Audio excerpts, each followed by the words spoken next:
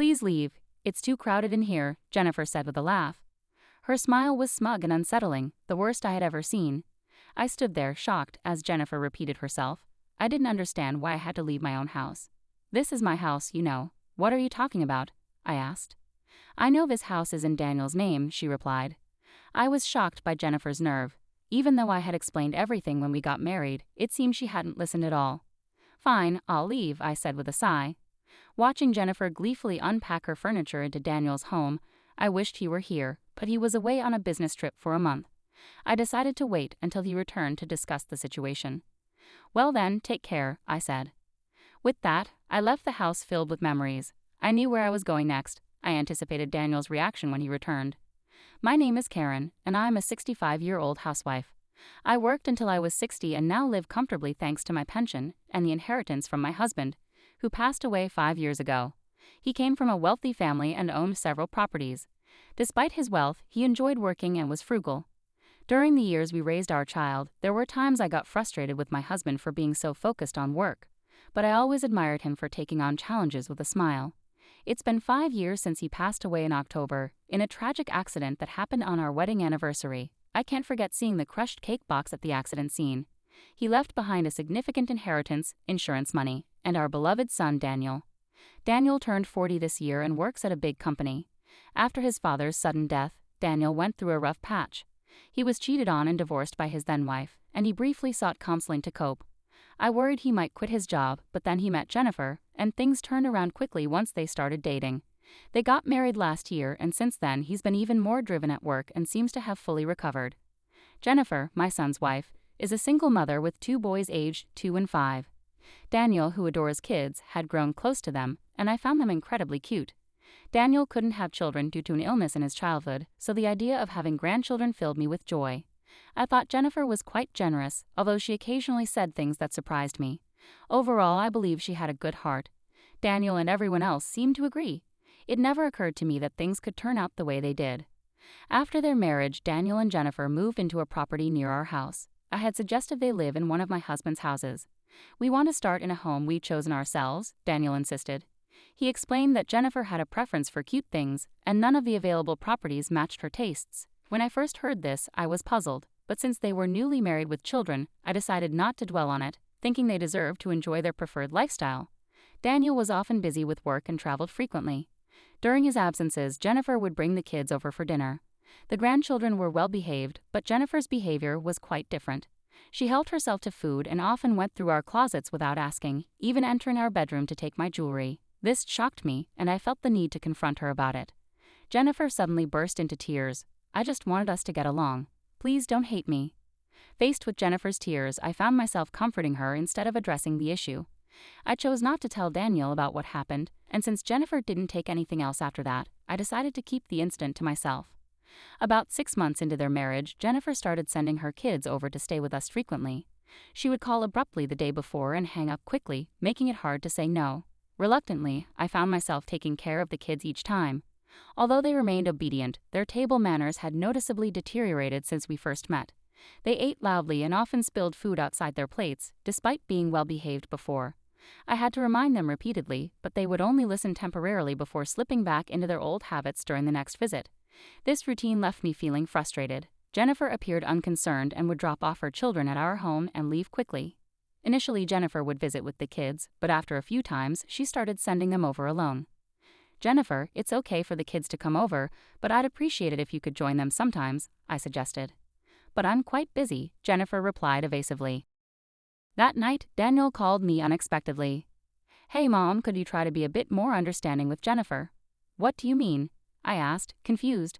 I thought I had been quite kind to her, but Daniel seemed to have a different perspective. Jennifer feels pressured to visit often because she's afraid of being expected to help out like she had to in her previous marriage. She had a tough time with her ex-husband's family, so please go easy on her. Really? Okay, I understand. It seemed Jennifer had misunderstood my intentions. I responded to Daniel with mixed feelings, and the next day, Jennifer sent the kids over to our house again. As their first year of marriage passed, the children began spending half of each week with us. Meanwhile, Jennifer would only visit a few times a month, staying for about 10 minutes each time. I started feeling uneasy about Jennifer, who always seemed too busy to talk. When I asked the children about Jennifer's plans, they would look guilty and shake their heads. Initially, I tried asking a few times, but their reactions made me feel so guilty that I couldn't bring myself to pry further. Then one day, Jennifer unexpectedly came over with Daniel. We sat down for coffee and had a pleasant chat after a long while. That's when Daniel spoke up. "I have something to discuss," he said seriously. "The kids have really bonded with you, and I'm away on business trips often, so I can't spend much time with them. If you're okay with it, I'd like you to move in and help Jennifer out. What do you think?" "Move in? Well, what about Jennifer?" I was taken aback by the sudden suggestion of living together, nearly dropping my coffee cup in surprise. However, I kept my composure and turned to Jennifer. "Karen has always been a tremendous help, and I'd really appreciate her assistance," Jennifer chimed in. "Is that so? Well, I'll need some time to think about it," I replied. Daniel seemed pleased with my response. Knowing him, he must be concerned about my well-being too. I pondered over the proposal for a couple of days and eventually decided to accept. From there, we began clearing out unnecessary items and preparing rooms for Daniel's family and the children. With the kids' help, we finished cleaning up sooner than expected, although the effort left me with daily muscle pain. A stark reminder of my age. Despite the challenges, I successfully cleared out 2 rooms. As I busily cleaned, Jennifer didn't offer to help at all, which made me increasingly uneasy about living with her. Then came moving day. As the movers brought in boxes, Jennifer pulled me aside into the garden. With a puzzled expression, I turned to her, only to be met with a malicious smile. Then, unbelievably, she said something that left me stunned. "Please leave. It's too cramped in here," Jennifer laughed, her smile both smug and unsettling. I couldn't believe what I was hearing. Why was she asking me to leave when it was my house? I was bewildered. "This is my house, you know. What are you talking about?" I asked. "I know this house is in Daniel's name," she replied sharply. Jennifer's assertion left me feeling inwardly frustrated. Despite explaining everything when we got married, it seemed she hadn't paid attention at all. "All right then, I'll leave," I said with a sigh. I watched as furniture that reflected Jennifer's tastes was moved in, and she seemed overjoyed. It would have been better if Daniel had been there, but he was away on a business trip. He wouldn't be back for a month, so I decided to postpone any discussion until then. "Well then, take care," I said as I left the house filled with memories. I already knew where I was headed next. I eagerly anticipated Daniel's reaction upon his return. Without delay, I moved my belongings into my new home. The new home was a villa my husband and I had visited once, filled with memories, including where he proposed to me. While it didn't hold as many memories as our previous home, it held a special place in my heart, as we had planned to spend our second life here together. After finishing unpacking, I relaxed alone on the sofa. The place was very comfortable, thanks to the caretaker's diligent maintenance. I felt a pang of sadness for not seeing the children anymore, but I was prepared to sever ties depending on Daniel's response. A month passed quickly, and around the time Daniel's business trip ended, he called me. I picked up the phone, feeling a bit nervous. "Mom, where are you? There's no space for you here, and we were supposed to be living together. What's going on? Hasn't Jennifer said anything to you?" When I got back, Mom wasn't here, and Jennifer just cries without giving me any answers. "Well then, come to this address I'm about to give you," I replied. I gave Daniel the address and hung up. The next day, Daniel arrived at my new home with Jennifer and the children. When I opened the door, I saw Daniel looking a bit somber and Jennifer appearing pale. "Welcome. Is something wrong?" I asked, concerned. No, nothing," Jennifer replied, visibly tense, while the children looked around with curiosity, especially the 5-year-old who seemed particularly fascinated. I guided Daniel's family into the living room. As they took in the fully furnished space, Daniel seemed to realize that I had no intention of continuing our previous living arrangement. "Hey Mom, why did you suddenly decide not to live together?" Daniel asked, puzzled. "Well, Jennifer should have a good understanding of that, shouldn't she?" I replied. Daniel scratched his head with a slightly irritated expression before recounting what he had heard from Jennifer. "Jennifer mentioned that you didn't like her choice of furniture, right? But that was just for our room. Couldn't you have let it go? She also said she had to buy more furniture for the living room because you moved out." "Oh, so she added more furniture, did she?" I looked directly at Jennifer, who twitched nervously. Her lips curved slightly upwards, as if she believed Daniel wouldn't believe my side of the story without proof. "Jennifer, why lie?" I asked plainly. "I haven't lied about anything," Jennifer replied, tears welling up in her eyes. Daniel immediately stepped in to console her, seeming to view me as the source of the conflict. Meanwhile, the grandchildren hung their heads behind them, avoiding eye contact with Jennifer. I let out a frustrated sigh. "Jennifer, stop the fake crying. The children can see right through it." "That's awful, Daniel. I'm really not lying. Please please believe me," Jennifer pleaded, clinging to Daniel and burying her face against him. Despite her words, her voice lacked genuine emotion. I felt annoyed with Daniel for siding with Jennifer in this situation. "Mom, Jennifer may have made mistakes, but leaving without discussing it isn't right.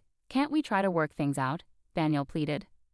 "Well, I do owe you an apology for leaving abruptly, but any reconciliation with Jennifer will have to wait until you hear this," I replied, tapping my mobile phone. Immediately, a voice played out loud, causing Jennifer's face to turn pale. "You recorded it?" I accidentally hit the video button while trying to capture the kids playing. The recording continued without my realizing. The voice from my phone sounded unlike Jennifer's usual tone, and Daniel looked bewildered, shifting his gaze between my phone and Jennifer. "Jennifer was the one who asked me to leave. I was just following her instructions," I clarified. "Is this really you, Jennifer?" "It can't be," Daniel demanded, pushing away from Jennifer, who clung to him, and asked her directly. However, Jennifer remained silent, staring at the ground. Daniel's frustration grew as he raised his voice, demanding answers from Jennifer. "It's not true. Are you taking Karen's side?" Jennifer managed to protest weakly, but the recorded voice clearly called out the children's names, leaving no room for doubt. Despite Daniel's persistence and Jennifer's attempts to dodge the truth, the situation became wearisome. Finally, Jennifer slipped up in exasperation. "I never wanted to live with someone else in the first place." "What? You were the one who wanted Mom to live with us," Daniel said, clearly shocked by this revelation. Jennifer defiantly explained her reasoning. "Exactly. I couldn't understand why Karen was living in a house under your name while we had to rent. I wanted a home of our own." It appeared Jennifer was worried about being judged for living in a rental property after marrying again. Daniel had leased a luxurious condominium in the area, which cost around $4,000 per month. Despite this, Jennifer seemed to look down on it simply because it was a rental. This attitude caused me a different kind of frustration. Jennifer glared defiantly at me. "And now Karen is harassing me. This is the house I've always dreamed of. Why are you living here?" Daniel looked perplexed by Jennifer's accusation. Unlike Daniel, I straightforwardly explained to Jennifer, who was clearly on edge. "Why?" "Because this property originally belonged to my husband." "That's a lie because this place is," Jennifer started, possibly thinking of the caretaker or something else she was mistaken about. I showed Jennifer a photo on my mobile phone. Upon seeing the person in the photo, Jennifer exclaimed, "Father?" My husband had passed away before Daniel remarried, so Jennifer had never met him. She had never referred to my husband as father. Therefore, the father Jennifer mentioned must be the children's paternal grandfather. The photo captured Jennifer's father-in-law and me shaking hands. It was taken as a memento when we moved in. Jennifer looked at me, her face turning pale. "How do you know him?" "How? Because he's the caretaker here, of course," I replied calmly. Upon hearing this revelation, Jennifer sat down right where she stood. Daniel also appeared stunned, struggling to grasp the situation. Sensing the opportunity to clarify things further, I decided to continue. "We had a conversation when we moved in. That's when I learned he's your ex-husband's father, and also the real reason behind your divorce." "The real reason for the divorce?" Daniel's voice echoed in surprise. Jennifer, no longer trying to pretend, became visibly flustered by my words. "Karen, there must be some misunderstanding. I'm sorry, let's go home together." "Mom, please tell me," Daniel interrupted Jennifer, his expression earnest as he looked at me for answers. It would have been less damaging for Jennifer if this had come to light later, but I had no intention of showing mercy. I instructed the grandchildren to go play in the garden. They glanced at Jennifer but obeyed my request and headed outside. Once the children were fully engaged in their play, I turned back to Jennifer. I heard from Jennifer that her divorce was due to her husband's infidelity, but in reality, it was Jennifer who had an affair. Daniel was visibly shocked, and Jennifer trembled, avoiding my gaze. "I can't believe this. Karen, why would you lie about this?" Daniel asked, clearly shaken by the revelations. "Oh, I also have a copy of the notarized document here." I retrieved the document from a drawer and handed it to Daniel. Daniel's face went pale as he scanned through the document. "What's all this? Compensation? Custody to be revisited once the child can choose? Meeting before remarrying? I was never told about any of this." "That's right. The other family also claimed they weren't informed about the remarriage," I added. Jennifer stared down, her face drained of color. Daniel sighed heavily and turned to Jennifer, his expression now devoid of his earlier kindness. "Remember when I got divorced because I was cheated on? What did you say then? That the one who cheats is entirely at fault, right? Unforgivable, right?" "Yeah," Jennifer muttered quietly. Daniel's voice grew heated in response to Jennifer's silence. "So the story about divorcing to escape from your husband's infidelity and extreme control, putting the kids at risk, was also a lie." What's that about? Jennifer appeared unsure how to answer. Daniel's frustration intensified. And didn't you say I would never cheat? Daniel pressed on, his voice sharp with anger. I had to say that or you wouldn't have dated me, Jennifer finally replied, her voice tinged with desperation. Right, of course, Daniel retorted sharply, not letting Jennifer finish. Daniel was visibly agitated, his breathing heavy with emotion. Jennifer, on the other hand, began to sulk defiantly. I've heard you've been declining visits since you started dating Daniel and apparently leaving all the housework and childcare to his family. And now you're trying to blame me after remarrying. Why are you making unnecessary accusations? Jennifer shouted at me, her voice loud and defensive. Daniel gave Jennifer a cold, distant look. Her unguarded outburst had shattered the image she had maintained. It's over between us. Let's get a divorce, Daniel stated firmly. No, I don't want a divorce, Jennifer pleaded, clinging to Daniel, who tried to shake her off impatiently. Despite his attempts, Jennifer persisted. Just as Daniel's frustration seemed ready to boil over, an unexpected voice intervened. Mom, you're saying the same things you told Dad. You've got a new boyfriend now, so stop bothering Daniel. Michael, Jennifer's eldest son, spoke with a surprising maturity for his young age. His sudden return from the garden surprised not just me, but everyone present. What? Why are you saying unnecessary things, Michael? Jennifer snapped, clearly caught off guard by her son's unexpected words. What do you mean by a new boyfriend? Daniel asked, squatting down to look at Michael, clearly perplexed. Michael spoke again, maintaining his composure. Whenever you're away, Mom tells me to go to Grandma's house, and then her boyfriend comes to pick me up. Michael, don't lie, Jennifer interjected quickly. Daniel hugged Michael tightly and turned a stern gaze towards Jennifer, who looked taken aback by his genuine anger. We'll talk about this later, including the boyfriend and the compensation, with him present. It's not like that. I love you. It was just a brief fling with that guy, Jennifer pleaded desperately. That guy, huh? Daniel remarked coldly, his disappointment evident. Jennifer looked crestfallen at Daniel's remark. With a resolute expression, Daniel stood up, shielding Michael, and stared coldly at Jennifer. Without hesitation, he forcefully escorted her out of the house. Wait, Daniel. Open the door. The next time we talk will be with a lawyer present. I'll arrange for the kids to see their father. I've already called my parents. They're on their way to pick them up. What do my parents have to do with this? Jennifer continued knocking on the door for a while, but soon the noise ceased. Shortly after, I heard voices arguing and then the doorbell rang. Jennifer's parents stood there, looking apologetic. After entrusting the grandchildren to me, they took Jennifer back with them. Later, the grandchildren were safely introduced to Jennifer's ex-husband's family. It turned out that Jennifer had changed her phone number and moved without informing anyone since she started dating Daniel, making it impossible to reach her. Her ex-husband and his parents were overcome with emotion and embraced the children as soon as they saw them. Although Daniel had already legally adopted the children, transferring custody back to Jennifer's ex-husband took some time due to the legal process. It seems Jennifer's life has taken a sharp turn after the consequences of her actions. Her strict reprimand from her parents and her current work situation at a family-run hotel indicate a stark change in her circumstances. With high alimony payments to both Daniel and her ex-husband, she reportedly has little respite from her duties. I can't stand it anymore. I want to quit, she frequently complains, but her relatives are keeping a tight rein on her. Meanwhile, Daniel, having experienced his second divorce, has sworn off marriage and thrown himself into his work. Despite the lingering shock, I recently learned he's reconnected with a childhood friend who lives nearby and is 10 years his junior. They'd occasionally go out for meals together, and this friend even visited me recently to say hello. It turns out she's harbored feelings for Daniel since they were kids and never pursued other relationships because of her enduring affection for him.